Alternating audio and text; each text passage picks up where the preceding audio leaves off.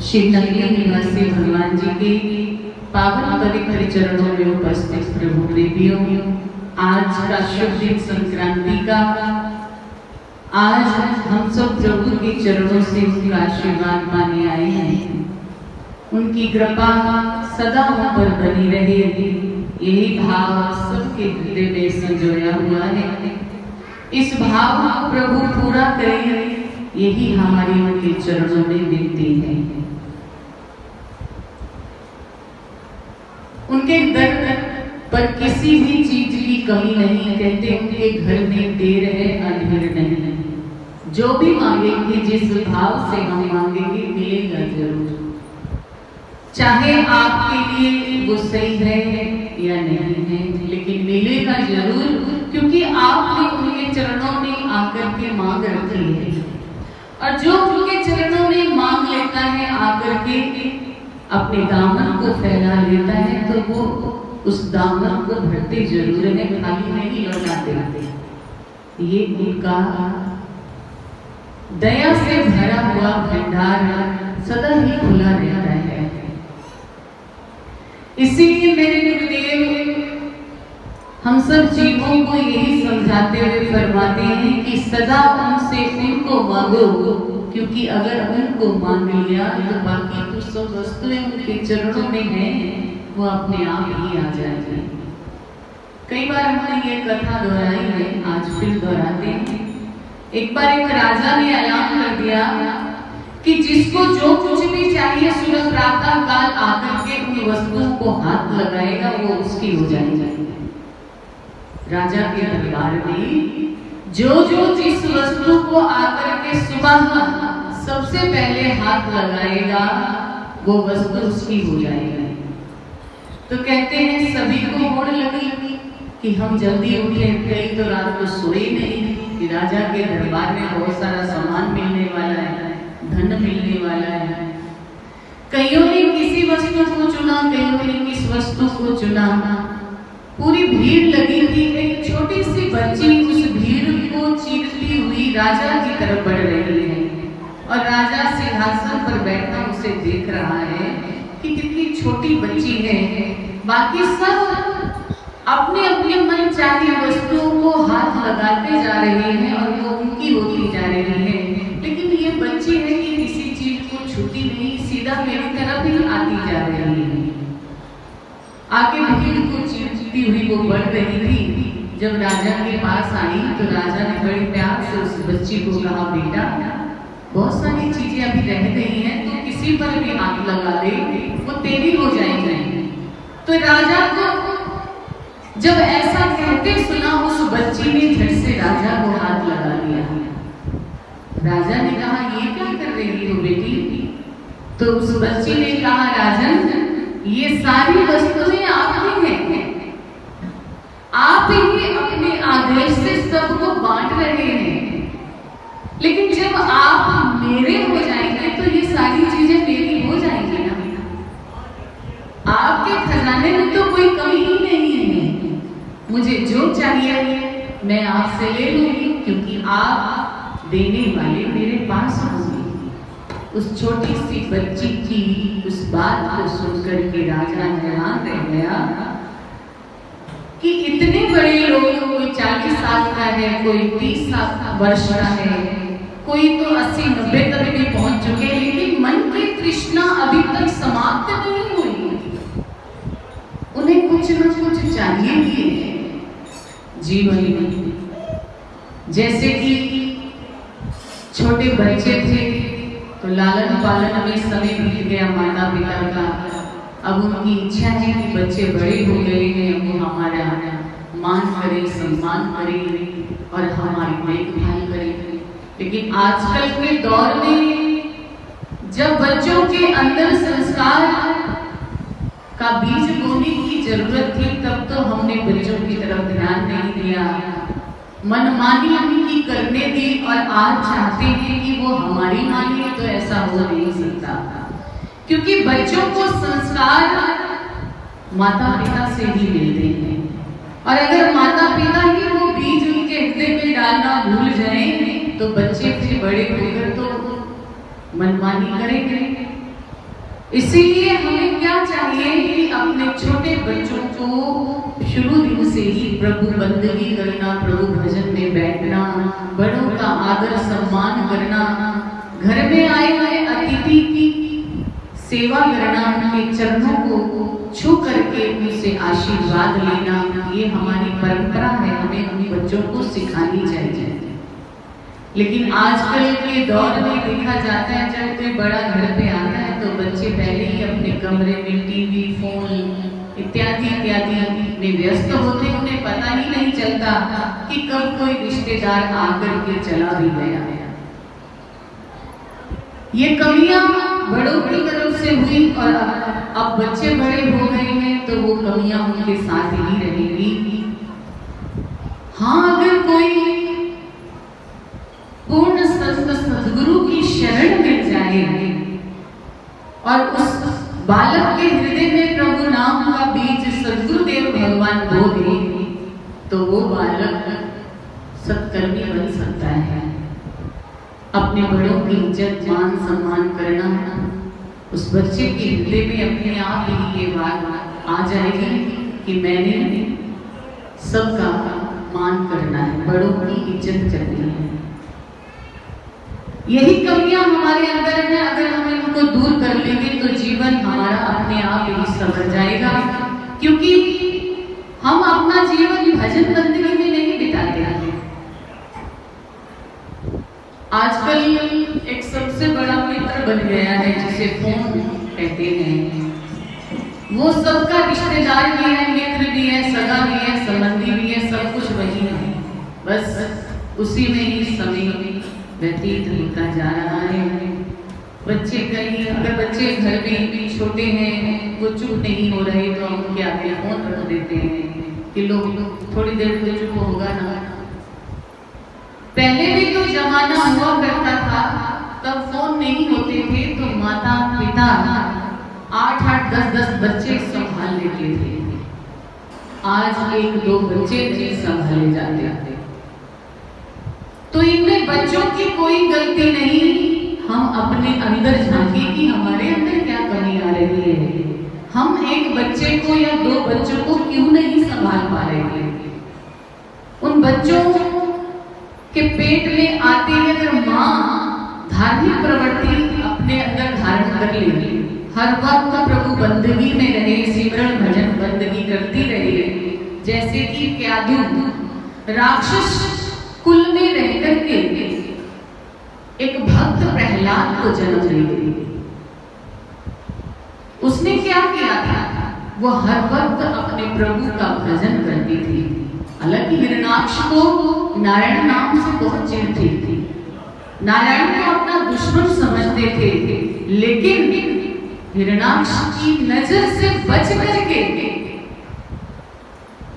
भगवान का स्वरूप उसने अपने श्रृंगार करने वाले बक्स में छिपा करके रखा था। जब वो श्रृंगार करने बैठती थी तो रोज भगवान के दर्शन करती थी, उनसे बातें करती थी, उनसे अपने मन के भाव रखती थी और ये कहती थी कि प्रभु आपका नाम लेना मैं छोड़ नहीं सकती, लेकिन आपको बाहर किसी के सामने प्रकट भी नहीं कर सकती, क्योंकि मेरे पति आपके नाम से ही चिढ़ते हैं। तो वो प्रभु का भजन करते करते अपने बालक के हृदय में भी वही बीज बोती रही। जब सिमरन करती थी, भजन करती थी, तो पेट में वो बालक अपनी माँ की सारी बातें सुनता था और जन्म लेते ही नारायण नारायण नाम लेना उसने आरंभ कर दिया। और देखो नारायण के नाम में दृढ़ता कितनी आ गई उस बालक के अंदर, क्योंकि 9 महीने उसने माँ के पेट में जो रोज हर एक श्वास के साथ नारायण नाम सुना था, उसकी ताकत उसके अंदर इतनी आ गई थी कि पिता ने पहाड़ों से उसे फेंकवाया, कारागार में बंद कर दिया, सांप से डसवाया, यहाँ तक कि होलिका को वरदान था ब्रह्मा जी का कि अग्नि उसे जला नहीं सकती। होलिका को उसकी गोद में बिठाकर चिता पर आग लगा दी ताकि होलिका बच जाए और प्रहलाद जल जाए, लेकिन ऐसा नहीं हुआ।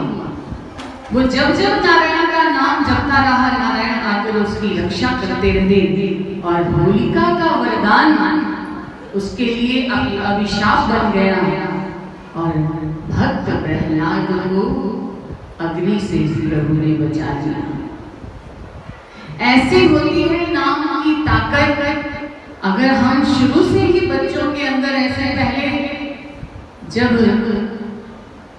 बालक पैदा होने वाला होता था तो माई बड़े बुजुर्गों की सेवा करती थी, मंदिर में संत महात्माओं के सानिध्य में रहने की कोशिश करती थी कि मेरे बालिक के अंदर भी ऐसे संस्कार आए। लेकिन आज सब कुछ वृत्ति और वृत्ति दोनों ही हमारी भटक चुकी है। हमारी सुरती, हमारी वृत्ति सब बढ़ गई है संसार के पदार्थों में और फोन के ऐसे ऐसे दृश्य जो हम देखते हैं, वही प्रभाव बच्चों पर पड़ता है। तभी तो बच्चे जन्म लेते ही फोन पकड़ करके खुश हो जाते हैं, क्योंकि सारा सारा दिन माताएं फोन पर ही समय बिताती हैं। डॉक्टर ने बेड रेस्ट बता दिया तो फोन में लगे रहे। ये नहीं कि कोई ग्रंथ पढ़ ले, कोई प्रभु नाम की चर्चा कर ले, सत्संग सुन ले, ताकि बच्चे के अंदर भी वही प्रभाव पड़े। फोन में लग लग करके सारा दिन अपनी वृत्ति को भटका लेते हैं और फिर बालक भी वैसे तंग करता है, फिर परेशान होते हैं। शुरुआत तो आपने की, अब परेशान क्यों होते हैं? चलो ये तो संसारी बातें हैं, आप लोगों को बताना जरूरी है, क्योंकि अपने आप को कोई भी देख नहीं सकता। अपनी सुंदरता सबको सुंदर ही लगती है, अपना चेहरा सबको सुंदर ही लगता है, चाहे जैसा भी हो। सामने वाला देख करके अगर हमारे में कोई कमी निकालेगा तो हमें पता चलेगी कि हमारे अंदर कमी क्या है। गुरुदेव भगवान ने हम जीवों की, संतों की ड्यूटी लगा रखी कि आपकी कमियां हम आपको बताएं, क्योंकि आप जब परेशान होते हो तो संतों के पास ही आते हो। इसीलिए आप लोगों की ड्यूटी, हम लोगों की जो ड्यूटी लगा रखी है, वो हमारा आप तक संदेश पहुंचाना जरूरी है कि आप शुरू से ही अपने बालक को ऐसे संस्कार दीजिए ताकि आपका बालक बड़ा होकर के आज्ञाकारी बने और आपकी सदा सेवा करता रहे। ना कि आपको मन में ये सोचे कि या तो घर में अकेला छोड़ करके खुद बाहर चला जाऊं, और ना ये सोचे कि घर में रह करके आपको वृद्धाश्रम में छोड़ाऊं। ऐसा भाव बालक के अंदर नहीं होना चाहिए। बड़े बड़े शहरों में यही कुछ हो रहा है। आइए श्रवण करते हैं आज की शुभ संक्रांति, आषाढ़ मास की शुभ संक्रांति। आषाढ़ मास एक की रखो तजो मनुष्य की टेक, देता देता थक जावे यही सत्य विवेक।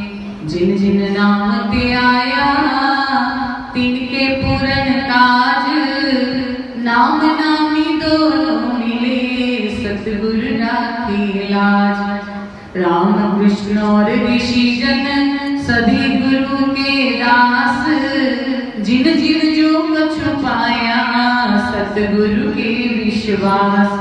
गुरु रूप और ईश जो दूर सूर्य धूप परमान, दासन दास बड़ भाग से मिले गुरु का ध्यान।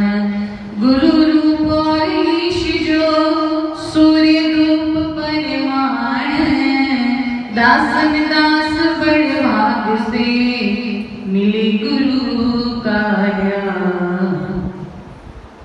आषाढ़ मास की ये संक्रांति हम सब के लिए भी शुभ संदेश लाई है कि आषाढ़ आस एक की रखो तजो मनुष्य की देवी। जो हम सभी पर अपनी आस लगाए बैठे हैं उन आसों को त्याग करके एक प्रभु पर अपनी आस रखें, अपने सतगुरुदेव भगवान को अपना हितैषी मान करके अपने जीवन में उस डोर को इतना पक्का कर लें कि किसी और के सहारे की जरूरत ना पड़े। देता दे लेता थक जावे, यही सत्य विवेक। जब आस विश्वास उस प्रभु से हो जाता है तो वो इतना देते हैं कि हम लेते लेते थक जाते हैं। इसमें कोई भी झूठ नहीं, ये सत्य है। जिन जिन नाम के आया तिनके पूर्ण काज। जितने भी संत महापुरुष हुए हैं उन्होंने प्रभु के नाम में अपना जीवन बिताया है, तो प्रभु ने उनके सब कार्य किए हैं। जैसे कि भक्त धन्ना, भक्त कबीर और भी ऐसे बहुत पहुंचे हुए ऐसे संत हुए हैं जो पहले एक गृहस्थी थी, उन्होंने सिर्फ प्रभु नाम को अपना आधार बना करके अपने जीवन में अपना आप उनको अर्पण कर दिया। और जब समय आया तो प्रभु को उनके काम काज करने के लिए खुद आना पड़ा। नाम नामी दोनों मिले सतगुरु राखे लाज। जब भक्त और भगवान का मिलन हो जाता है, नाम और नामी यानी कि भगवान का नाम और भगवान जब मिल जाते हैं तो सतगुरु राखे लाज। सतगुरु फिर ऐसी कृपा करते हैं कि कदम कदम पर हमारा साथ देते हुए, सदा अंग संग रहते हुए, सदा हमारी लाज बचाते हुए। राम कृष्ण और ऋषिजन सभी गुरु के दास, जिन्होंने ईश्वर होते हुए इस संसार में अवतार लिया, मनुष्य की देह धारण की, उन्होंने भी सद्गुरु को अपने जीवन में अपना करके गुरु शिक्षा ली, दीक्षा ली और अपने जीवन में उन शक्तियों को अर्जित किया जिन शक्तियों को अर्जित करने के लिए संसार के सभी कार्यों को बड़े अच्छे ढंग से उन्होंने निभाया। गुरु रूप और ईश्वर जो सूर्य धूप परमान, गुरु और ईश्वर में कोई भेद नहीं। जिस तरह से सूर्य और उसकी धूप में कोई भेद नहीं है, क्योंकि सूर्य भी है, उसके प्रकाश में तपश है, एक है।